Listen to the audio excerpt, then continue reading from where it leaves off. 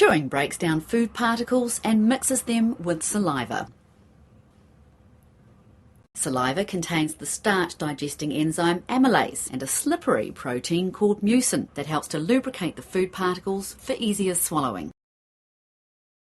As food is swallowed, it enters the esophagus and is moved downward by wave-like muscular contractions called peristalsis. At the end of the esophagus, the food empties into the upper portion of the stomach. The lining of the stomach produces gastric juices that contain protein-digesting enzymes. Peristaltic movements of the stomach wall mix and churn the food with the gastric juices. This action further breaks up the food particles, forming a milky fluid known as chyme. At the bottom of the stomach, a muscular valve controls the release of chyme into the first part of the small intestine called the duodenum. The duodenum is only 25 centimetres long, but most of the digestion takes place in this region. Also opening into the duodenum are ducts from the pancreas and the gallbladder.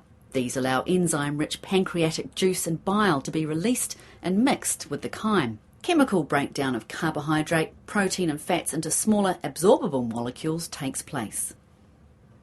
The next section of the small intestine is the jejunum, about 2.5 metres long.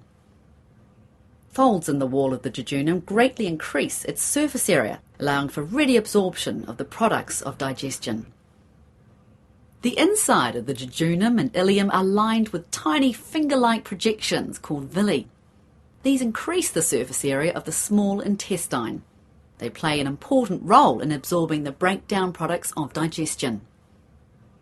Each villus has a rich blood supply, allowing nutrients to be readily absorbed and transported to the liver.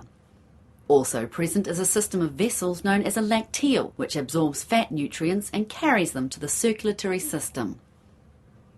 At the end of the ileum, a muscular structure controls the release of undigested material into the first part of the large intestine, the cecum.